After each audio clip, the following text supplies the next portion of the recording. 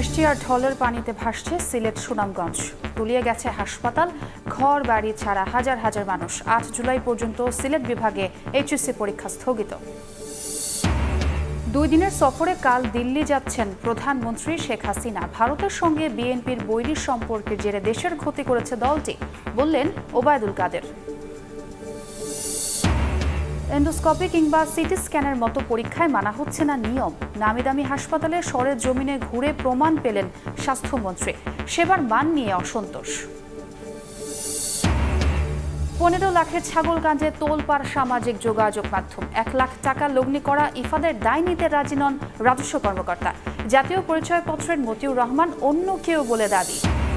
এবং গণমাধ্যমে যে সম্পদের খবর এসেছে তার সবই বৈধ, সিঙ্গাপুরে বসে দাবি করলেন পুলিশের সাবেক কমিশনার আসাদুজ্জামান মিয়া। 22 জুন দেশে ফিরে জবাব দেবেন সব ষড়যন্ত্রের।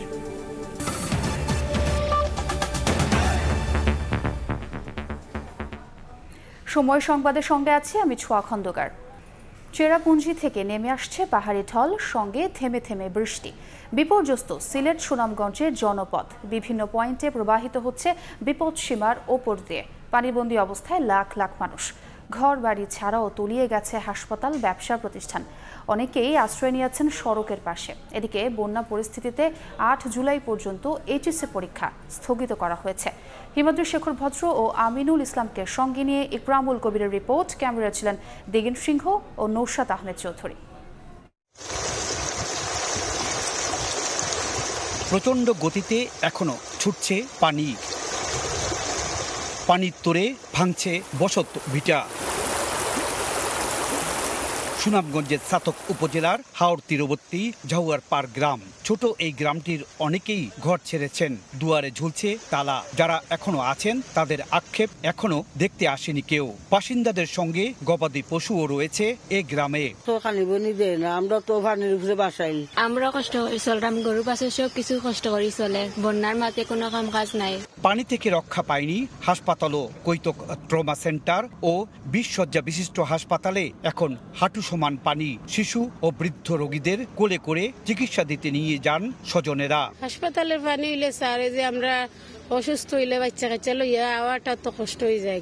হসপিটালের নিচতলা পানির নিচে আছে, এরপরেও মানুষের সেবার থাকিদে দুতলায় সেবা কার্যক্রম চালু রাখতেছি। বৃহস্পতিবার বিকেলে সুনামগঞ্জের বন্যা কবলিত এলাকা পরিদর্শন করেছেন পানি সম্পদ প্রতিমন্ত্রী জাহিদ ফারুক। সদর উপজেলার মইনপুর সরকারি প্রাথমিক বিদ্যালয়ের আশ্রয় কেন্দ্রে ত্রাণ বিতরণ করেন তিনি। বন্যার প্রকোপ কমাতে বৃষ্টি নদী খনন করার কথা জানান মন্ত্রী। যে পর্যন্ত অবস্থা উন্নতি না হবে তাদেরকে আমরা আশ্রয় প্রকল্পে রেখে ত্রাণ দিয়ে তাদের ভালো রাখবো। এদিকে 4 দিন ধরে সিলেটের 8 লক্ষাধিক মানুষ পানিবন্দী অবস্থায় আছেন। ভারতের চেরাপুঞ্জি সহ মেঘালয় ও আসামে বৃষ্টিপাতে সৃষ্ট ঢলে সুরমা কুশিয়ারা নদীর পানি 5টি পয়েন্টে বিপদসীমার উপর দিয়ে প্রবাহিত হচ্ছে। মালামাল অনেকগুলো তলায় যায়, আমরা কিছু মাল আংশিক দূরে সরাই নিতে পারি। বন্যায় আমার প্রায় 2,02,000 মন সরিষা নষ্ট হয়েছে। আপনার কোম্পানিগঞ্জে পানি ঢুকে 5 শতাধিক দোকান ও ব্যবসা প্রতিষ্ঠানের ব্যাপক ক্ষতি হয়েছে।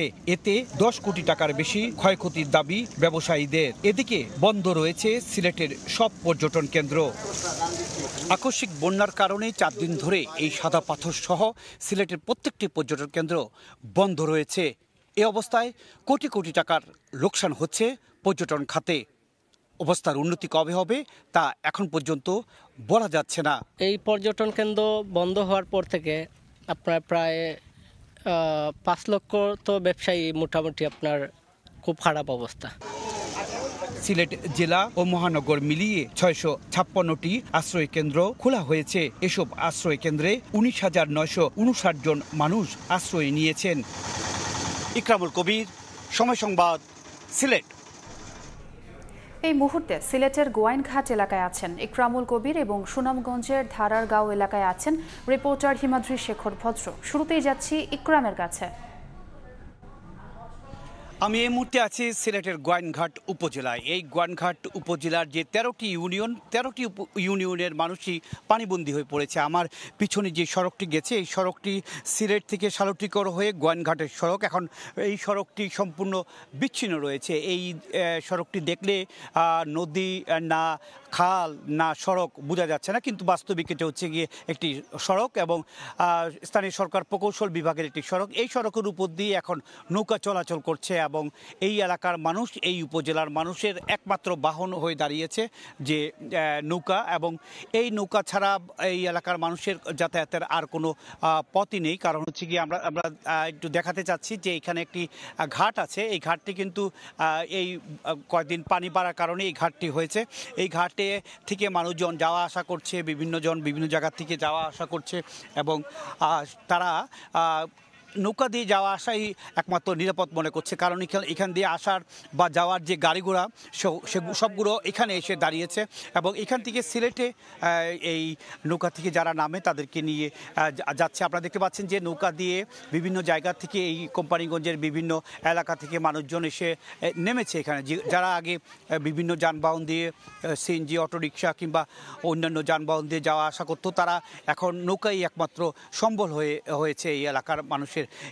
এই বছর এই নিয়ে দুবার হলো। 29 তারিখ যখন ঢল নামলো প্রথমবার, তখনও একবার এই সিলেট এই যে গোয়াইনঘাট সড়ক বিচ্ছিন্ন হয়ে গিয়েছিল। এখন দ্বিতীয়বারের মতন সড়ক বিচ্ছিন্ন হলো এবং এই এলাকার মানুষের ভোগান্তির শেষ নেই। এলাকার বলা যায় এক কথা কম বেশি প্রায় শতভাগ মানুষই কোনো না কোনোভাবে পানিতে নিমজ্জিত রয়েছে বা পানিতে ভাসমান রয়েছে।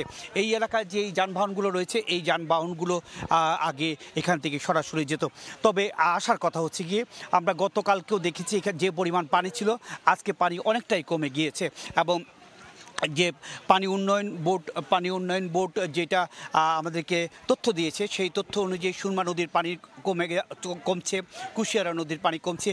অন্যদিকে এই সারিগাং সহ সিলেটের যে পাহাড়ি নদীগুলো আছে সেই নদীগুলোর পানি অনেকটাই কমে গেছে, যার কারণে আজকে সারাদিন কোনো বৃষ্টি হয়নি, সামান্য একটু বৃষ্টি হয়েছে সকালের দিকে এবং যেটা বলা যায় বন্যা পরিস্থিতি ধীরে ধীরে উন্নতি হচ্ছে। মোটামুটি এই ছিল সিলেটের গোয়াইনঘাট থেকে যে সিলেটের আকস্মিক বন্যার কারণে বিভিন্ন জায়গা তলিয়ে গেছে তার সবশেষ খবর। এবার আমি যাচ্ছি সুনামগঞ্জের খবর জানার জন্য। সেখানে বিস্তারিত জানাচ্ছেন আমাদের সহকর্মী হিমাদ্রি শেখর ভদ্র।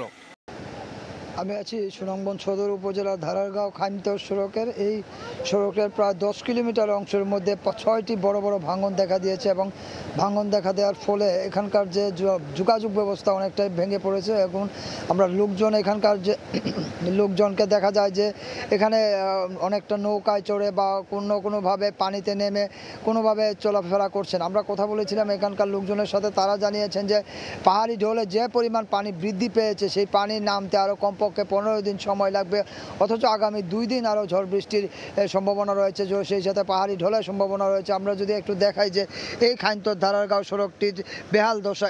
এই খাইমতর ধারারগাঁও সড়কের প্রায় 6টি অংশে এরকম বড় বড় ভাঙন দেখা দিয়েছে এবং এগুলি শুধু এই খাইমতর ধারারগাঁও সড়কের চিত্র নয়, এটি সুনামগঞ্জ জেলার চিত্র। এই ধরনের যতগুলি সড়ক আছে প্রত্যেকটা সড়কে এইভাবে ভেঙে চুরমার হয়ে গেছে বন্যার পানিতে। আর পাশে আমার ডান পাশে রয়েছে সুরমা নদী এবং বাম পাশে রয়েছে দেখারাওর। এই সুরমা নদীর তীর উপচে এই সড়কটি ভেঙে ক্ষতিগ্রস্ত হয়েছে। আমরা কথা বলেছিলাম এখানকার লোকজনের সাথে, তারা জানিয়েছেন যে এই যে হাওরের উচ্চতা এবং হাওরের পানির লেভেল এবং নদীর পানির লেভেল দুটো এখন অনেক বিপরীত অবস্থানে আছে। নদীর পানি অনেক উপরে আছে এবং হাওরের পানি অনেক নিচুর অবস্থানে আছে, সেজন্য এখনও নদীর তীর উপচে হাওরে পানি ঢুকছে, সেই সঙ্গে লোকালয়গুলি প্লাবিত করছে। আপনারা যদি দেখেন এখান থেকেই হু করে ঢুকছে পাহাড়ি ঢলের পানি দেখারাওরে এবং দেখারাওরের যে পানির স্তর সেটা নদী থেকে কমপক্ষে 1 হাত নিচু, অর্থাৎ এই 1 হাত পর্যন্ত দেখারাওর আরও পানি টানতে পারবে। সেই পানিটা গিয়ে নিম্ন এলাকার লোকজনের বাড়িতে হানা দিচ্ছে এবং সেই পানিটাই দিয়ে প্লাবিত করছে। আমরা কথা বলেছিলাম এখানকার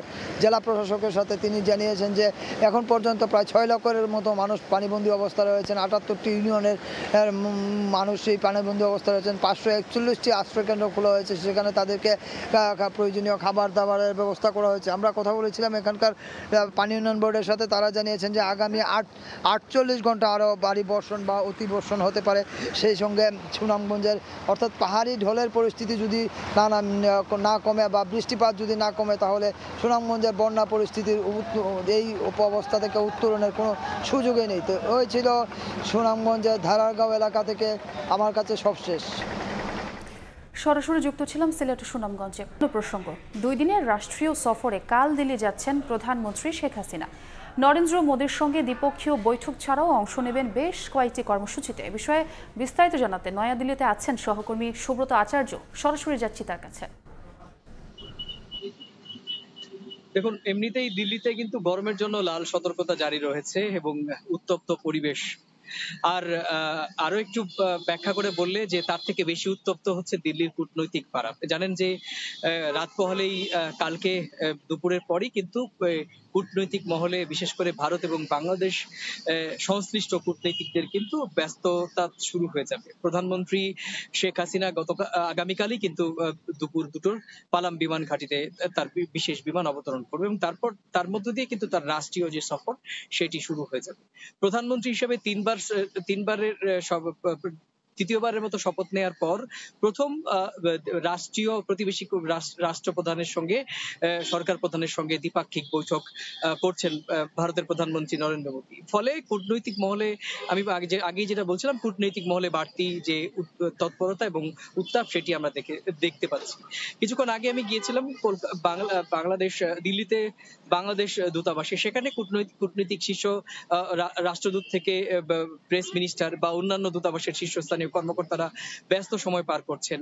বিদেশ দপ্তর, ভারতের বিদেশ দপ্তর, সেই বিদেশ দপ্তরের কর্মকর্তারাও কিন্তু ব্যস্ত সময় পার করছেন। কারণ আপনি জানেন যে কালকে থেকে প্রধানমন্ত্রীর রাষ্ট্রীয় সফর শুরু হবে।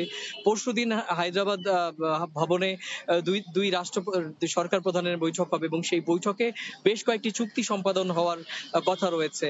সেই সমস্ত চুক্তির খসড়া ইতিমধ্যেই তৈরি হয়ে গিয়েছে এবং সেই খসড়া ইতিমধ্যে আগামীকাল দুপুরের পর বাংলাদেশের প্রধানমন্ত্রী যখন তাজ প্যালেসে, তাজ বেঙ্গলে দিল্লিতে উঠবেন, সেখানেই কিন্তু মনে করা হচ্ছে ভারতের যে পররাষ্ট্রমন্ত্রী এস জয়শঙ্কর, তার প্রধানমন্ত্রীর সঙ্গে এস জয়শঙ্করের বৈঠকে সে সমস্ত চুক্তির রূপরেখা নিয়ে কিন্তু চূড়ান্ত একটি দিক নির্দেশনা আসবে। তারপরেই আগামী পরশুদিন যে বৈঠকের দিকে দুই দেশের কূটনৈতিক মহল, গণমাধ্যম, সাধারণ মানুষ তাকিয়ে রয়েছে, দুই সরকার প্রধানের বৈঠক, প্রধানমন্ত্রী নরেন্দ্র মোদী এবং প্রধানমন্ত্রী শেখ হাসিনার হায়দ্রাবাদে দুপুরের পর বৈঠক এবং তারপর সাংবাদিক সম্মেলন এবং প্রধানমন্ত্রীর সৌজন্যে মধ্যাহ্নভোজ। আপনি জানেন যে এই রাষ্ট্রীয় সফরকে ইতিমধ্যেই একটি সাজো রব আমরা দেখতে পেরেছি। আমি সকাল থেকে দিল্লির বিভিন্ন মহলে ঘুরে বেরিয়েছি, কথা বলেছি বিভিন্ন সুশীল সমাজের সঙ্গে। তারা বলছেন যে এই ভারত এবং বাংলাদেশের সম্পর্কটা ঐতিহাসিক এবং পরীক্ষিত, কিন্তু কিছু অমীমাংসিত বিষয় রয়েছে যেগুলো এখনো প্রশ্নচিহ্ন মধ্যে রয়েছে দুই দেশের মানুষের মধ্যে। বিশেষ করে বাংলাদেশের মানুষের মধ্যে এখনো তাদের কাছে কৌতূহল যে তিস্তা চুক্তি কেন হচ্ছে না, অথবা ভারত এবং বাংলাদেশের মধ্যে যে অসম বাণিজ্যিক সম্পর্ক সেটি কেন সমতা আসছে না। সে সমস্ত বিষয়ে বাংলাদেশের প্রধানমন্ত্রী এবং ভারতের প্রধানমন্ত্রীর বৈঠকে, দ্বিপাক্ষিক বৈঠকে একটি ইতিবাচক সিদ্ধান্ত উঠে আসবে বলেই কিন্তু সাধারণ মানুষ এবং কূটনৈতিক মহল মনে করছে। তো এই ছিল আমার কাছে বাংলাদেশের প্রধানমন্ত্রী দুদিনের রাষ্ট্রীয় সফর শুরুর আগে দিল্লিতে সার্বিক প্রস্তুতি সে সংক্রান্ত আমার কাছে থাকা সবশেষ তথ্য। সরাসরি যুক্ত ছিলাম ভারতের নয়াদিল্লিতে। ভারতের সঙ্গে বিএনপির বৈরী সম্পর্কের জেরে দলটি দেশের ক্ষতি করেছে বলে মন্তব্য করেছেন আওয়ামী লীগ সাধারণ সম্পাদক ওবায়দুল কাদের।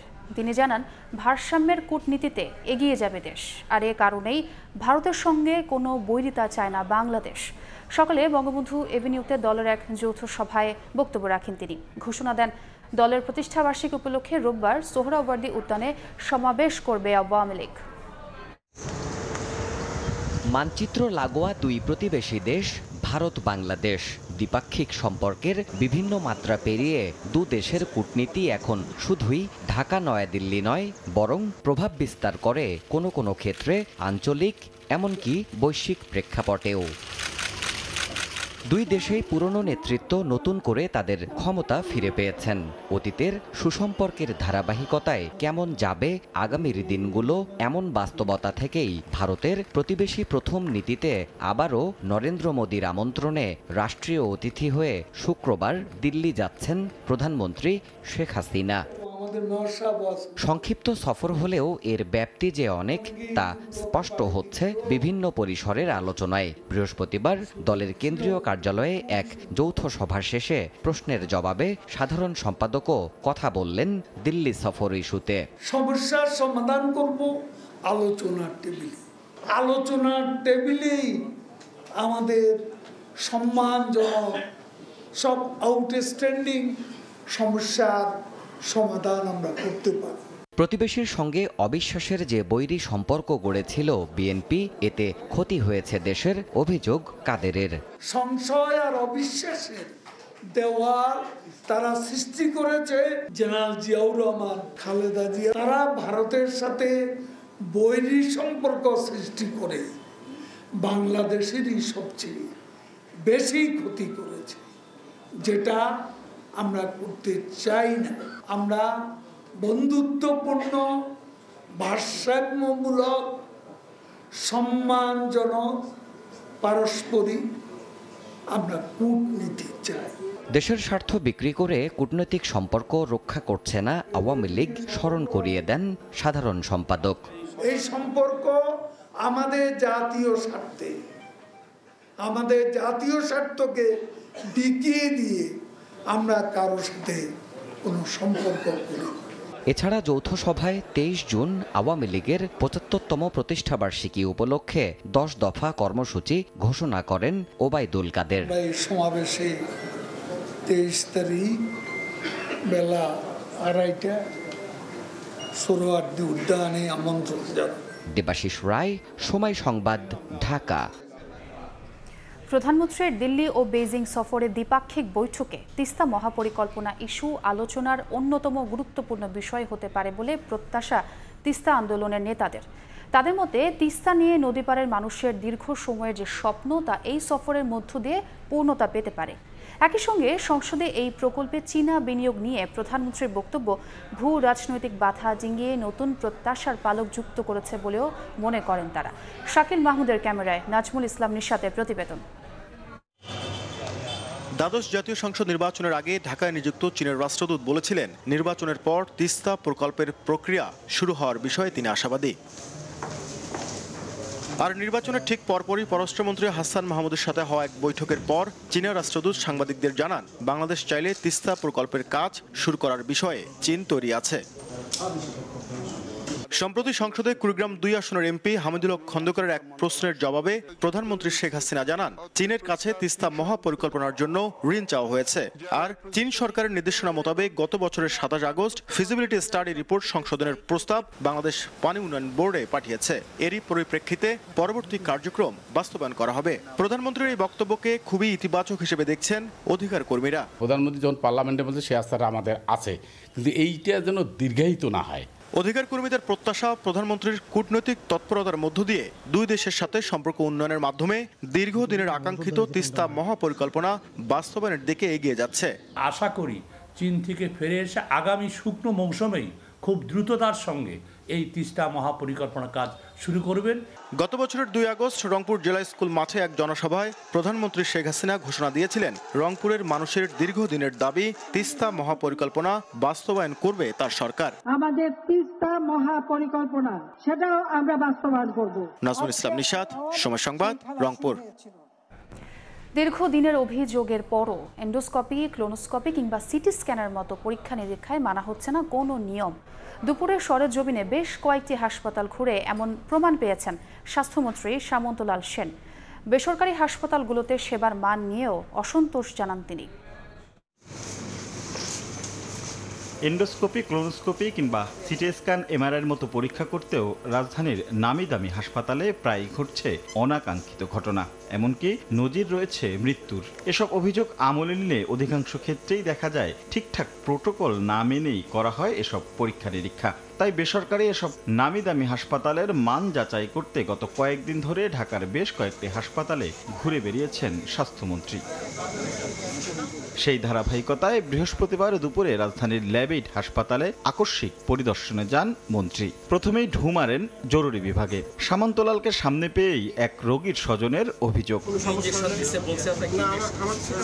অধিদপ্তরের টিম জানায় রোগীর শারীরিক অবস্থা সম্পর্কে পুরোপুরি না জেনেই করা হয় সিটি স্ক্যান। আবার একদিনে 70টি এন্ডোস্কোপি করানোর রেকর্ডও মিলেছে এই হাসপাতালে, যা দিয়ে কতখানি প্রোটোকল মানা যায় তা নিয়ে প্রশ্ন তোলেন খোদ মন্ত্রী। যদিও নিজেদের ভুল মেনে নিয়ে শুধরানোর কথা বললেন ল্যাবেট কর্তৃপক্ষ। প্রসিডিওর যেগুলো ইন্টারভেনশন করা হয়, যে এন্ডোস্কোপি বলেন বা সিটি স্ক্যান বলেন, যেখানে আমি ইন্টারভেনশন করি, আইভি ইঞ্জেকশন ইউজ করি, এখানে কিন্তু ঘাটতি আছে। যতদিন বাঁচবো আমরা আপনাদের ভালোর জন্য কাজ করব। আমরা সাংঘাতিকভাবে কাজ করছি এবং খুব দুঃখিত, লজ্জিত। ইমপ্রুভ করবই আমরা। পরে বাংলাদেশ স্পেশালাইজড হাসপাতাল পরিদর্শনে যান মন্ত্রী। সেখানের চিত্রটাও অনেকটা একই। মন্ত্রী প্রশ্ন তুলেন হাসপাতালের চিকিৎসা ব্যয় নিয়ে। যেহেতু মন্ত্রী মহোদয় বলে গেলেন, আমরা আমাদের অবশ্যই কোয়ালিটেটিভ ডেভেলপমেন্টের জন্য চেষ্টা করব। পরে মন্ত্রী জানান প্রোটোকল মেনে চিকিৎসা আর মান নিয়ন্ত্রণে কঠোর হচ্ছে সরকার। ওনাদেরকে আরো যত্নশীল হতে হবে।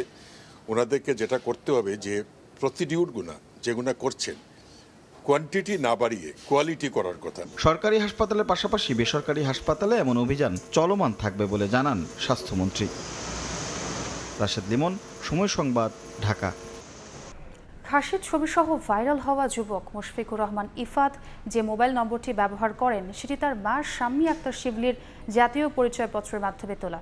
সেই পরিচয়পত্রে শাম্মী আক্তারের স্বামীর নামের জায়গায় উল্লেখ আছে মতিউর রহমান। যদিও জাতীয় রাজস্ব বোর্ডের সদস্য মতিউর রহমানের দাবি এটি অন্য কোনো মতিউর রহমান। ইফাতদের একসময়ের গাড়ির চালকও সময় সংবাদকে জানিয়েছে তার বাবা জাতীয় রাজস্ব বোর্ডের সদস্য মতিউর রহমান। গুঞ্জন আছে হয়তো এরই মধ্যে দেশ ছেড়েছে মুশফিকুর রহমান ইফাত। বুলবুল ব্রেজার রিপোর্ট।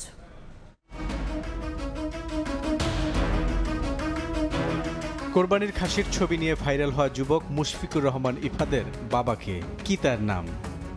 আমি নিজেও খুব সারপ্রাইজ, এমন ভাবে ট্রোল হচ্ছে যেটা আমার তো ফ্যামিলির জন্য। আমার ছেলে তো জীবনে কোনোদিন মনে করেন গরু কেনা তো দূরে, একটু ডিফারেন্ট টাইপের আর কি। জাতীয় রাজস্ব বোর্ডের সদস্য মতিউর রহমানের দাবি ইফাত তার ছেলে তো দূরের কথা, এই নামে তার কোনো আত্মীয় স্বজনও নেই।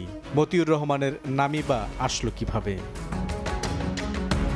ছাগলকাণ্ডে বেরিয়ে আসছে একের পর এক চাঞ্চল্যকর তথ্য। মুশফিকুর রহমান ইফাত যে মোবাইল নম্বরটি ব্যবহার করেন সেটি তোলা হয়েছে তার মা শাম্মী আক্তার শিবলির জাতীয় পরিচয়পত্রের মাধ্যমে। সেখানে শাম্মী আক্তারের স্বামীর নাম মতিউর রহমান। বাড়ির যে ঠিকানা ব্যবহার করা হয়েছে সেটি ধানমন্ডি ৮ নম্বর সড়কের ৪১ নম্বর বাসা। এই বাসাতেই থাকেন ইফাত। সময় সংবাদ সেটিও নিশ্চিত করেছে। এখন প্রশ্ন হলো, শাম্মী আক্তারের স্বামীর নাম মতিউর রহমানই কি রাজস্ব বোর্ডের সদস্য মতিউর রহমান? জানা যাক শাম্মী আক্তারের গাড়ি চালক কি বলছেন। ওনার হাজবেন্ড কি ওই যে রাজস্ব বোর্ডে চাকরি করেন মতিউর রহমান? জি। মতিউর রহমান কি ওই বাসায় আসা যাওয়া করতেন বা ওনার ছেলে মেয়ে কয়জন আসলে? আসা যাওয়া করতেন। একসময় মুশফিকদের গাড়ি চালক ছিলেন নয়ন নামে এই ব্যক্তি। এত কিছুর পরেও মতিউর রহমানের দাবি ইফাত তার ছেলে নয়। শাম্মী আক্তার শিবলি নামে কাউকে তিনি চেনেন না। তার সঙ্গে কয়েক দফা যোগাযোগের চেষ্টা করলে তিনি হোয়াটসঅ্যাপে খুদে বার্তায় এই প্রতিবেদককে জানান জাতীয় পরিচয়পত্রে শাম্মী আক্তারের স্বামীর নামের জায়গায় যে মতিউর রহমানের উল্লেখ আছে তা অন্য কারো হতে পারে। মঙ্গলবার দুপুরের পর থেকেই খোঁজ নেই ইফাদের। মোবাইল ফোনটিও বন্ধ। এরই মধ্যে দেশ ছেড়েছে ইফাত, এমন গুঞ্জনও রয়েছে। বুলবুল রেজা, সময় সংবাদ, ঢাকা। গণমাধ্যমে যে সম্পদের খবর এসেছে তার সবই বৈধ বলে দাবি করেছেন সাবেক পুলিশ কমিশনার আসাদুজ্জামান মিয়া। জ্ঞাত আয়ের বাইরে এবং আয়ের সঙ্গে সামঞ্জস্যপূর্ণ নয় এমন কোনো সম্পদ তার এবং তার পরিবারের নেই বলেও জানান তিনি। তাকে হেয় করতে কথিত দুর্নীতির কল্পকাহিনীর নেপথ্যে দেশি বিদেশি ষড়যন্ত্রের প্লট দেখছেন পুলিশের সাবেক কমিশনার। খুব শিগগিরই দেশে ফিরে সব ষড়যন্ত্রের জবাব দেওয়ার কথাও জানান আসাদুজ্জামান মিয়া। সিঙ্গাপুর থেকে অনলাইনে দেয়া এক সাক্ষাৎকারে সময় সংবাদকে এই কথা বলেন পুলিশের সাবেক এই কর্মকর্তা।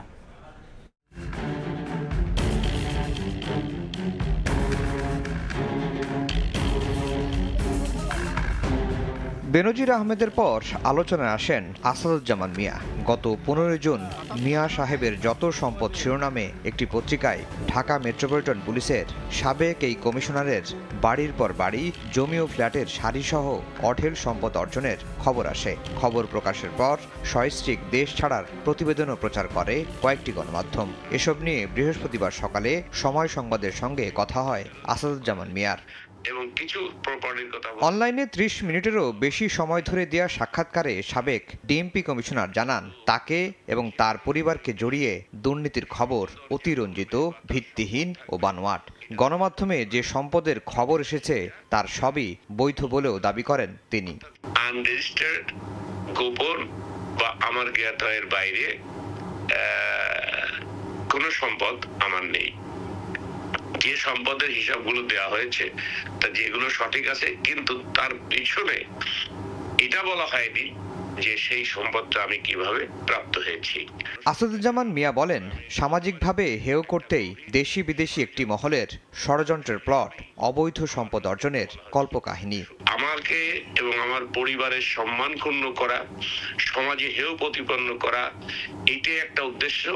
পাশাপাশি আমি যেহেতু সরকারের গুরুত্বপূর্ণ পদে আসীন ছিলাম, এই সরকারের কাছের মানুষ সবাই যে দুর্নীতিগ্রস্ত, এইটা গুজব রটিয়ে বা এটা পরিকল্পিতভাবে এই ধরনের একটা প্রচার করে আমার সম্মানও নষ্ট করা যাবে এবং রাষ্ট্রের পরিচালনার দায়িত্বে যারা আছে তারাও সম্পূর্ণ দুর্নীতির সাথে যুক্ত। এই জিনিসটা দেশে এবং বিদেশে প্রচারের মাধ্যমে দেশের মানুষকে যেমন বিভ্রান্ত করা যাবে, তেমনি আমাদের বিদেশি যারা উন্নয়ন সহযোগী আছে তাদের কাছে এই ধরনের একটা ভ্রান্ত ধারণা দেওয়া যাবে। এইটা একটা গভীর চক্রান্তের অংশ, এটা কোনো ছোট বা বিচ্ছিন্ন ঘটনা না। কারা ষড়যন্ত্র করছে তার কিছুটা ইঙ্গিত দেন সাবেক ডিএমপি কমিশনার। ফরিদপুর 1 আসনের স্বতন্ত্র প্রার্থীর প্রচুর ক্ষোভ যে আমরা কেন নৌকার প্রার্থীর বিরুদ্ধে ভোট করিনি। ব্যক্তিগত গ্রাস, এই ব্যক্তিগত গ্রাজের কারণেও এই ধরনের ষড়যন্ত্রের সাথে অনেকেই যুক্ত হয়েছে। বৃহস্পতিবার দেশে ফিরে আইনজীবীর সঙ্গে কথা বলে পরবর্তী পদক্ষেপ নেওয়ার কথাও জানান আসাদুজ্জামান মিয়া। আমি আসছি 12 তারিখে, আর মানব জীবন পত্রিকা আপনি বের করেন, ওইখানে নিউজটা হয়েছে সম্ভবত 14 তারিখে। নিউজ হওয়ার পরে ভয় পেয়ে সস্ত্রীক পালিয়ে আসলাম। এই একটি মাত্র দাবি তাদের বিকৃত এবং বলবো যে পরশ্রীকাতরতা এবং আক্রোশের বহিঃপ্রকাশ। 2015 সালের 7 জানুয়ারি থেকে 2019 সালের 13 সেপ্টেম্বর পর্যন্ত ডিএমপির 33তম কমিশনার হিসেবে দায়িত্ব পালন করেন আসাদুজ্জামান মিয়া। এরপর 4 বছর দায়িত্ব পালন করেন জাতীয় নিরাপত্তা সংক্রান্ত সেলের। আফজাল হোসেন, সময় সংবাদ, ঢাকা। দীর্ঘদিন ধরে উচ্চ আদালতে ফাইলবন্দি দুর্নীতি ও অর্থ পাচার সংক্রান্ত অন্তত 2 ডজনের বেশি মামলা। হাইকোর্ট সব প্রণোদিত হয়ে দুর্নীতিবাজদের ধরতে আদেশ দিলেও বাস্তবায়নে নেই কোনো অগ্রগতি। দুদকের আইনজীবী বলছেন, এস আলম বিষয়ে সর্বোচ্চ আদালতের এক আদেশের কারণে মুখ থুবড়ে পড়েছে দুর্নীতি সম্পর্কিত অন্য মামলার শুনানি। এক্ষেত্রে রাষ্ট্রপক্ষের অনাগ্রহকে দুষছেন দুর্নীতি নিয়ে সোচ্চার আইনজীবীরা। মাইনুল হাসানের রিপোর্ট। কানাডার বেগমপাড়ায় দেশীয় সাহেব কারা করছেন অর্থ পাচার, সুইচ ব্যাংকেই বা আছে কাদের টাকা। 4 বছর আগে এসব তথ্য চেয়েছিল দেশের উচ্চ আদালত। শুনানিও হয় কয়েক দফায়, জমা পড়ে কয়েকটি প্রতিষ্ঠান ও ব্যক্তির নাম। এরপর আর কোনো অগ্রগতি নেই, হয়নি চূড়ান্ত নিষ্পত্তিও। উচ্চ আদালতে এমন প্রায় 2 ডজন দুর্নীতি ও অর্থ পাচার সংক্রান্ত মামলা দীর্ঘদিন ধরেই শুনানির অপেক্ষায়, যার মধ্যে রয়েছে স্বপ্রণোদিত আদেশ ও রিট পিটিশন। কবে শুনানি হবে জানে না কেউ। এমনকি পানামা প্যারাডাইস পেপারে নাম আসা ব্যক্তিদের বিষয়ে তদন্তের কোনো অগ্রগতি নেই। দুর্নীতির বিরুদ্ধে সোচ্চার আইনজীবীরা এর নেপথ্যে তদন্তকারী সংস্থাগুলোর উদাসীনতাকে দেখছেন। তদন্তটি তো আসলে কোর্ট করবেন না, আলটিমেটলি করবেন হচ্ছে BIFU, CID, anti corruption commission, NBR. তালিকাটি প্রাপ্তির পর মাননীয় আদালত পরবর্তীতে নির্দেশ দিয়েছিলেন যেন তাদের বিরুদ্ধে তদন্ত করা হয়। এই 2 বছর বা 2.5 বছর সময়ে তারা কি তদন্ত করলেন এর কোনো অগ্রগতি আমরা এখন পর্যন্ত দেখতে পাই না। যে 2 ডজন দুর্নীতির অভিযোগের তদন্ত থেমে আছে তার অধিকাংশ এসেছিল গণমাধ্যমের রিপোর্ট দেখেই স্বপ্রণোদিত হয়ে তদন্তের আদেশ দিয়েছিলেন উচ্চ আদালত। তাহলে কেন নিজের দেয়া আদেশের অগ্রগতি কতটুকু এ বিষয়ে শুনানি করতে এত বিলম্ব? যেসব মামলায় সুমোটো দুদকে না গিয়ে সরাসরি হাইকোর্ট সুমোটো রুল দিয়েছে সেই ব্যাপারে সময় ক্ষেপণ হচ্ছে। আপিল বিভাগ ওই মামলার সূত্র ধরে আরেকটি মামলা ওই ভয়ঙ্কর নভেম্বর সেটার রুলটা খারিজ করে দিয়েছে। তো কারণ কাজেই যেহেতু একটি সুপ্রিম কোর্টের রায় হয়েছে, তো আদালত হাইকোর্ট বিভাগ বুঝে শুনে চিন্তা ভাবনা করে সময় নিয়ে করতে চাচ্ছেন। প্রয়োজনে পৃথক বেঞ্চ করে হলেও দুর্নীতির বড় বড় মামলা দ্রুত নিষ্পত্তির দাবি জানিয়েছেন আইনজীবীরা। মাইনুল আহসান, সময় সংবাদ, ঢাকা। মিয়ানমার ও আরাকান আর্মিকে জানিয়ে দেওয়া হয়েছে বাংলাদেশের দিকে গুলি চালানো হলে পাল্টা গুলি চালানো হবে, এমনটাই বলেছেন স্বরাষ্ট্রমন্ত্রী আসাদুজ্জামান খান কামাল। দুপুরে সচিবালয়ে মন্ত্রী জানান, পুলিশের সাবেক কর্মকর্তাদের বিরুদ্ধে অবৈধ সম্পদ অর্জনের যে অভিযোগ উঠেছে, তদন্তের আগে বিষয়টি নিশ্চিত করা সম্ভব নয়। আমরা যতটুকু জানি আরাকান আর্মি আরাকান রাজ্য দখল তারা করে ফেলছে। বিজেপি আমাদের এখানে এসে আত্মরক্ষার্থে পালিয়ে আসছেন। কখনো মায়ানমার আর্মি, কখনো আরাকান আর্মি ফায়ার ওপেন করে। আমরা দোনো দলের সঙ্গেই আমরা বলে দিয়েছি যে আমাদের গুলি করলে আমরাও এরপরে পাল্টা গুলি করব। তার বিরুদ্ধে সঠিকভাবে কোনো অভিযোগ উত্থাপন হয়নি। সে সুযোগ পেলে নিশ্চয়ই আসবেন, কথা বলবেন, তাহলেই বোঝা যাবে তার কতখানি অবৈধ, কতখানি তিনি তার নিজস্ব সম্পদ দিয়ে বৃদ্ধি করেছেন। বেনজির আহমেদ বিদেশের মিশনে অনেক বছর ছিলেন, সেগুলো আপনাদের জানা দরকার। সেই মিশনে সে কত টাকা এনেছে এইগুলি তাকে বলতে হবে। তো না বুঝে অনেকে বাজেট ও দেশের অর্থনীতি নিয়ে কথা বলেন, এতে মানুষের কাছে ভুল বার্তা যায় বলে মন্তব্য করেছেন অর্থমন্ত্রী আবুল হাসান মাহমুদ আলী। জেনে বুঝে বাজেট নিয়ে কথা না বলার আহ্বান জানান তিনি। রাজধানী কৃষি গবেষণা কাউন্সিল মিলনায়তনে এক সেমিনারে কথা বলেন মন্ত্রী। মূল্যস্ফীতি কমিয়ে আনা সহ চলমান সংকট মোকাবেলায় 2024-25 অর্থ বছরের প্রস্তাবিত বাজেটের আকার কমিয়ে আনার কথা জানিয়েছিলেন অর্থমন্ত্রী। তবে বাজেট মূল্যস্ফীতি কমাতে কতটা কাজে দেবে সেই আলোচনা উঠে আসে কৃষি অর্থনীতিবিদ সমিতির আয়োজিত সেমিনারে। বৃহস্পতিবার ফার্মগেটের বাংলাদেশ কৃষি গবেষণা কাউন্সিল মিলনায়তনে অনুষ্ঠিত সেমিনারে সুদহার ও কৃষিতে বরাদ্দ বাড়ানো সহ বাজেটে মূল্যস্ফীতি কমানোর মতো বেশ কিছু উদ্যোগ রয়েছে বলে মনে করেন সাবেক পরিকল্পনা প্রতিমন্ত্রী ডক্টর শামসুল আলম। লক্ষ্য ছিল মূল্যস্ফীতিকে নিয়ন্ত্রণ আনা। গত কয়েক বছর ধরে মূল্যস্ফীতি, বিশেষ করে গত 9 মাস 9% মূল্য, এটা দেশবাসীও দ্বারা আক্রান্ত। মূল্যস্ফীতিকে নিয়ন্ত্রণে রেখে কিভাবে অর্থনৈতিক প্রবৃদ্ধি ধরে রাখা যায় সেই চিন্তা করছে সরকার। সেজন্য বর্তমান অর্থমন্ত্রী কৃষিকে প্রাধান্য দিয়েই বাজেট প্রস্তাব পেশ করেছেন বলে জানান বাণিজ্য প্রতিমন্ত্রী। মুদ্রাস্ফীতিকে নিয়ন্ত্রণে রেখে আমাদের যে গ্রোথ, আমাদের যে প্রবৃদ্ধি, সেটা বাড়ানো যায়। বাজেট নিয়ে সমালোচনাকারীদের উদ্দেশ্যে অর্থমন্ত্রী বলেন, না বুঝে মন্তব্য না করে অর্থনীতি ও বাজেট নিয়ে বিশ্বব্যাংক কি বলেছে সেদিকেও নজর দেওয়া উচিত। আমাদেরকে বিশ্বব্যাংক আবার ঋণ দিয়েছে না, আপনারা বলছেন যে দেয়নি নাকি দিবে না। তার আগেই বলছে যে বাংলাদেশ তো রাইট ট্র্যাকে আছে। অনুষ্ঠানে মূল্যস্ফীতি নিয়ন্ত্রণে কৃষি ও খাদ্যে সরবরাহ বাড়ানো, একই সঙ্গে আমদানি সহজীকরণের পরামর্শ দেন বক্তারা। আলতাফ হোসাইন, সময় সংবাদ, ঢাকা। দেশের টেলিযোগাযোগ ও আইসিটি খাতে বিনিয়োগ বাড়াতে আগ্রহী মালয়েশিয়া। সকালে সচিবালয়ে আইসিটি প্রতিমন্ত্রী জুনায়েদ আহমেদ পলকের সঙ্গে সৌজন্য সাক্ষাৎ করেন ঢাকায় নিযুক্ত মালয়েশিয়ার হাই কমিশনার হাসনা মাহমুদ হাশিম। এ সময় বাংলাদেশে মালয়েশিয়ার বিনিয়োগ সম্ভাবনা ও নানান চ্যালেঞ্জ সহ স্বার্থ সংশ্লিষ্ট বিভিন্ন বিষয়ে আলোচনা হয়।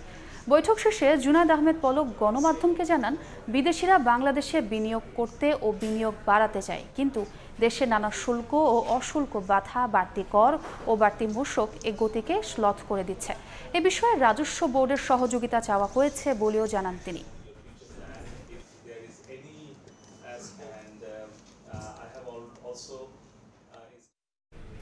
মাত্র ৫,১৫০ টাকা খরচ করে জাপানে ১,২০,০০০ থেকে ১.৫ লাখ টাকা বেতনে চাকরি পাচ্ছেন বাংলাদেশি তরুণরা। ভাষা শিখে এইচএসসি পাস তরুণরা জাপানে কর্মসংস্থানের সুযোগ নিচ্ছেন। প্রবাসী কল্যাণ ও বৈদেশিক কর্মসংস্থান প্রতিমন্ত্রী জানান, জাপানের শ্রমবাজারকে কেন্দ্র করে দেশের 41টি প্রশিক্ষণ কেন্দ্রে কয়েক হাজার তরুণদের প্রশিক্ষণ দেয়া হচ্ছে। মধ্যপ্রাচ্যে সংকুচিত শ্রমবাজার, অনির্দিষ্টকালের জন্য বন্ধ মালয়েশিয়ার বাজারও। বিপুল সংখ্যক বাংলাদেশি তরুণের দৃষ্টি এখন তাই বিশ্বের চতুর্থ অর্থনীতির দেশ জাপানে। জাপানের আন্তর্জাতিক মানব সম্পদ সংস্থা IM জাপানের সহযোগিতায় শুধুমাত্র জাপানি ভাষা শিখে 3 বছরের জন্য 1,20,000 থেকে 1.5 লক্ষ টাকা পর্যন্ত বেতনের কর্মসংস্থানের সুযোগ পাচ্ছেন সদ্য HSC পাশ করা তরুণরা। এসব টেকনিক্যাল ইন্টার্নদের অভিবাসন ফি হিসেবে দিতে হচ্ছে মাত্র 5,150 টাকা। ভিসা বাবদ বা আদার্স কোনো খরচ নেই। আমরা শুধুমাত্র স্মার্ট কার্ডের জন্য 5,150 টাকা আমরা বহন করি। 3 দিন পরে ফ্লাইট, 24 তারিখে ফ্লাইট। এখন এই মুহূর্তে খুবই আনন্দ লাগছে। 2017 সালে চুক্তির আওতায় এ পর্যন্ত বাংলাদেশ থেকে 584 কর্মীকে নিয়োগ দিয়েছে জাপান সরকার। 3 বছর পর কর্মীরা দক্ষ কর্মী হিসেবে স্থায়ীভাবে জাপানে কর্মসংস্থানের সুযোগ পান। 3 থেকে 5 বছর পর বাংলাদেশে যারা ফেরত আসছেন তাদেরকে বিজনেস ইনসেনটিভ হিসেবে এককালীন 6 লক্ষ জাপানি মুদ্রাও দেয়া হচ্ছে। টেকনিক্যাল ইন্টার্ন হচ্ছে মূলত তাদের ভাষাগত দক্ষতা যদি থাকে তাহলে তাদেরকে জাপানের বিভিন্ন ইন্ডাস্ট্রিতে ইন্টার্ন হিসাবে নেওয়া হয়। সেখানে তারা গিয়ে ওখানে কাজ শিখে আস্তে আস্তে তারা দক্ষ হয়। নিরাপদ কর্মপরিবেশ আর উচ্চ বেতনের জাপানি শ্রমবাজারকে কেন্দ্র করে দেশের 41টি প্রশিক্ষণ কেন্দ্রে কয়েক হাজার তরুণকে প্রশিক্ষণ দেয়া হচ্ছে, জানালেন প্রবাসী কল্যাণ ও বৈদেশিক কর্মসংস্থান প্রতিমন্ত্রী। 1 বছর ট্রেনিং নেওয়ার পরে জাপানি ভাষা শেখার পরে এখন তোমরা মিনিমাম 1.5 লক্ষ টাকা মাসিক রোজগার করতে পারবে। জাপানি ভাষা শিখে বাংলাদেশের তরুণরা সরকারি খরচে মাত্র 5,150 টাকার বিনিময়ে জাপানে কর্মসংস্থানের সুযোগ পাচ্ছেন। অভিবাসন বিশ্লেষকরা বলছেন, নিরাপদ কর্মপরিবেশ আর উচ্চ বেতনের জন্য জাপানের শ্রমবাজার বাংলাদেশের দক্ষ কর্মীদের জন্য সম্ভাবনার দুয়ার খুলেছে। মার্জিয়া মুমু, শুভ সংবাদ, ঢাকা। ঈদের ছুটি শেষ হলেও কক্সবাজারে এখনও ভ্রমণ পিপাসুদের উপচে পড়া ভিড়। সাগর তীরে শুধু মানুষ আর মানুষ। বালিয়াড়ি আর উত্তাল সাগরের ঢেউয়ে মেতেছেন তারা। সমুদ্র সৈকতে যেদিকে চোখ যায় শুধু মানুষ আর মানুষ। বালিয়াড়ি থেকে শুরু করে নোনা জল, সবখানে কানায় কানায় পূর্ণ। ঈদের ছুটি কাটাতে বিশ্বের অন্যতম দীর্ঘ সমুদ্র সৈকতে ছুটে এসেছেন তারা। উপভোগ করতেছি, অনেক ভালো লাগছে। ঈদের সময় এসে খুব রিল্যাক্স ফিল করতেছি। বাচ্চা নিয়ে আসছি আমরা ঘুরতে, খুব ভালোই লাগতেছে আমাদের। সৈকতে রয়েছে 500-এরও বেশি ফটোগ্রাফার, 26টি ঘোড়া, অর্ধশত বিচ বাইক ও 30টির বেশি জেট স্কি। পর্যটকের চাপে চাঙ্গা তাদের ব্যবসা। আমরা আশা করি না এত পর্যটক হবে এখানে, কিন্তু এখন তো দেখছি পর্যটক ভালোই আসছে। অনেক পর্যটক আসছে, আমাদের আলহামদুলিল্লাহ ভালো হচ্ছে। এদিকে উত্তাল সমুদ্র স্নানে বিশেষ সতর্কতা অবলম্বন করছে লাইফগার্ড কর্মীরা। সব জায়গা থেকে চলছে বিশেষ নজরদারি। আমরা পানিতে আমাদের একটা টিম রাখছি, উপরে একটা টিম আমাদের বহর রয়েছে, এবং আমাদের যে ওয়াচ টাওয়ারগুলো আছে, আমরা যে ওয়াচ টাওয়ারগুলো বাড়ানো হয়েছে আমাদের ওয়াচ টাওয়ার। পর্যটন সংশ্লিষ্টরা জানিয়েছে কক্সবাজার সমুদ্র সৈকতে লাখো পর্যটকের সমাগম হয়েছে। এছাড়া পর্যটকরা ভিড় করছে ইনানি, হিমছড়ি ও পাতুয়াটেক সমুদ্র সৈকতে। সাগর তীরে চলছে আনন্দ আর হৈহুল্লোড়, আর তাদের নিরাপত্তায় সর্বোচ্চ সজাগ রয়েছে ট্যুরিস্ট পুলিশ ও জেলা প্রশাসন। সুজাউদ্দিন রুবেল, সময় সংবাদ, কক্সবাজার। জ্বালানি ও নিরাপত্তা খাতে ভিয়েতনামের সঙ্গে সম্পর্ক আরও জোরদার করতে চায় রাশিয়া। ভিয়েতনামের প্রেসিডেন্টের সঙ্গে এক বৈঠক শেষে কথা জানান রুশ প্রেসিডেন্ট ভ্লাদিমির পুতিন। এদিকে রুশ প্রেসিডেন্টের হ্যানয় সফরকে ভালো চোখে দেখছে না যুক্তরাষ্ট্র। তাদের দাবি, এই সফরে ইউক্রেন আগ্রাসনকে আরও বৈধতা দেওয়ার সুযোগ পাবেন পুতিন। ক্ষমতার নতুন মেয়াদে চীন ও উত্তর কোরিয়া সফরের পর তৃতীয় দেশ হিসেবে কমিউনিস্ট শাসিত আরেক রাষ্ট্র ভিয়েতনামে গিয়েছেন রুশ প্রেসিডেন্ট ভ্লাদিমির পুতিন। বৃহস্পতিবার ভোররাতে দেশটির রাজধানী হ্যানয়েতে পৌঁছান তিনি। বিমানবন্দরে ভিয়েতনামের উপপ্রধানমন্ত্রী চান হোং হা এবং দেশটির ক্ষমতাসীন কমিউনিস্ট পার্টির শীর্ষ কূটনীতিক লে হাই চুং পুতিনকে স্বাগত জানান। এরপর তাকে লাল গালিচার সংবর্ধনা দেওয়া হয়। প্রেসিডেন্ট ভবনেও পুতিনকে রাষ্ট্রীয় সংবর্ধনা দেয়া হয়। সেখানে উপস্থিত ছিলেন ভিয়েতনামের প্রেসিডেন্ট টু লাম। প্রেসিডেন্ট ভবনেই পুতিনের সঙ্গে বৈঠকে বসেন তিনি। আলোচনায় এক পর্যায়ে টু লাম বলেন, রাশিয়ার সঙ্গে সম্পর্ক জোরদার করতে চায় ভিয়েতনাম। পুনরায় নির্বাচিত হওয়ার জন্য এবং মস্কোর রাজনৈতিক স্থিতিশীলতা বজায় রাখার জন্য পুতিনকে অভিনন্দনও জানানো হয়। অন্যদিকে জ্বালানি ও নিরাপত্তা খাতে ভিয়েতনামের সঙ্গে রাশিয়ার সম্পর্ক আরও জোরদার করার কথা বলেছেন রুশ প্রেসিডেন্ট। সেখানে এই নিয়ে কয়েকটি চুক্তি স্বাক্ষরিত হয়। এদিকে পুতিনকে সাদরে বরণ করায় ভিয়েতনামের সমালোচনা করেছে যুক্তরাষ্ট্র। ওয়াশিংটনের দাবি, এই সফরে ইউক্রেন আগ্রাসনকে আরও বৈধতা দেওয়ার সুযোগ পাবেন পুতিন। বিশ্লেষকরা বলছেন, মার্কিন বিরোধিতার কারণে ভিয়েতনাম সফর রুশ প্রেসিডেন্ট পুতিনের জন্য গুরুত্বপূর্ণ হয়ে উঠেছে। সব জায়গায় তাদের বন্ধু রয়েছে এবং মস্কোকে বিচ্ছিন্ন করার পশ্চিমা চেষ্টা ব্যর্থ হয়েছে, এমন বার্তায় বিশ্বকে দিতে চায় রাশিয়া। অন্তরাসীন, সময় সংবাদ। খেলার খবর। নানা প্রতিবন্ধকতা সত্ত্বেও বিশ্বকাপের সুপার 8 নিশ্চিত করায় টাইগারদের নিয়ে প্রত্যাশা বেড়েছে সবার। কন্ডিশন বিবেচনায় বড় স্বপ্ন দেখছেন মোহাম্মদ রফিক। তবে ব্যাটিং নিয়ে দুশ্চিন্তা রয়েছে সাবেক এই অলরাউন্ডারের। এদিকে অস্ট্রেলিয়া, ভারতের মতো শক্তিশালী দলের বিপক্ষে ক্রিকেটারদের আরও দায়িত্বশীল হওয়ার তাগিদ দেন সাবেক প্রধান নির্বাচক মিনহাজুল আবেদুন নান্নু। অন্য সব আসরের তুলনায় এবারে টি-20 বিশ্বকাপকে আলাদাভাবে নিচ্ছেন অনেকেই, কারণ সবগুলো আসরে অংশ নেওয়ার অভিজ্ঞতা ভালোভাবে রপ্ত করেছে টাইগাররা। তাই বিশ্বকাপে নতুন মিশনে শক্তিশালী দল নিয়েই দেশ ছেড়েছিল লাল সবুজ। দলে আছে সাকিব, মোস্তাফিজের মতো বড় নাম, তাই ট্রফির যে বড় দাবিদার তারাও। অনেকের মতো সাবেক ক্রিকেটার মোহাম্মদ রফিকও চোখ রাখছেন ট্রফির উপর। তবে সময় সুযোগ কাজে লাগাতে পারলে ধরা দিতে পারে কাঙ্ক্ষিত সেই স্বপ্নের ট্রফি, মনে করছেন রফিক। বাংলাদেশে এইবারই সুযোগ আছে, তাই মেন জিনিসটা যেন সুযোগটা কাজে লাগানোর দরকার। ব্যাটসম্যান যদি কাম ব্যাক করে, তা আমি মনে করি যে এই টুর্নামেন্টেই দেখা যায় যে আপনি চ্যাম্পিয়ন হতে পারেন। এবারের আসরে প্রত্যাশিত রান পাচ্ছেন না ব্যাটাররা, সেই চাপ সামলে অসাধারণ পারফরমেন্সে জয়ে ভূমিকা রাখছেন বোলাররাই। তবে সুপার 8 পর্ব পার করতে ব্যাটারদের রানে ফেরার বিকল্প দেখছেন না সাবেক এই ক্রিকেটার। বলারে যদি কোনো অংশ যদি একটু খারাপ করতো, তাহলে দেখা যায় যে আমরা এই সুপার 8 উঠতে পারতাম না। এবং আমরা চাচ্ছি যে ভালো ক্রিকেট খেলুক, আমরা চাচ্ছি যে সেকেন্ড রাউন্ড কোয়ালিফাই করুক। এবারের বিশ্বকাপে অংশ নেওয়া বেশিরভাগ ক্রিকেটারের অভিষেক হয়েছে মিনহাজুল আবেদিন নান্নুর সিলেকশন প্যানেলের হাত ধরেই। তাই ক্রিকেটারদের সামর্থ্য নিয়ে দ্বিধান্বিত নন সাবেক প্রধান নির্বাচক মিনহাজুল আবেদিন নান্নু। আপনার যে কোনো ম্যাচে টোটাল পারফরমেন্সের দরকার, ব্যাটিং, বোলিং, ফিল্ডিং, 3 ডিপার্টমেন্ট আপনাকে ভালো করতেই হবে। সেই হিসেবে আমি মনে করি অপরচুনিটি আছে সামনে, যেহেতু আমরা সুপার 8-এ গিয়েছি। ইনশাল্লাহ প্লেয়াররা যদি নিজেদের সেরাটা পার্টিকুলার দিতে পারে, ইনশাল্লাহ দেখতে পারবো ভালো কিছু। রিফাতুল ইসলাম মিরন, সময় সংবাদ, ঢাকা। এই পর্যায়ের শীর্ষ সংবাদগুলো জানিয়ে দিচ্ছি আরেকবার। বৃষ্টি আর ঢলের পানিতে ভাসছে সিলেট, সুনামগঞ্জ। তলিয়ে গেছে হাসপাতাল, ঘর বাড়ি ছাড়া হাজার হাজার মানুষ। 8 জুলাই পর্যন্ত সিলেট বিভাগে এইচএসসি পরীক্ষা স্থগিত। 2 দিনের সফরে কাল দিল্লি যাচ্ছেন প্রধানমন্ত্রী শেখ হাসিনা। ভারতের সঙ্গে বিএনপির বৈরী সম্পর্কের জেরে দেশের ক্ষতি করেছে দলটি, বললেন ওবায়দুল কাদের। এবং এন্ডোস্কোপি কিংবা সিটি স্ক্যানের মতো পরীক্ষায় মানা হচ্ছে না নিয়ম। নামি দামি হাসপাতালের সরেজমিনে ঘুরে প্রমাণ পেলেন স্বাস্থ্যমন্ত্রী, সেবার মান নিয়ে অসন্তোষ।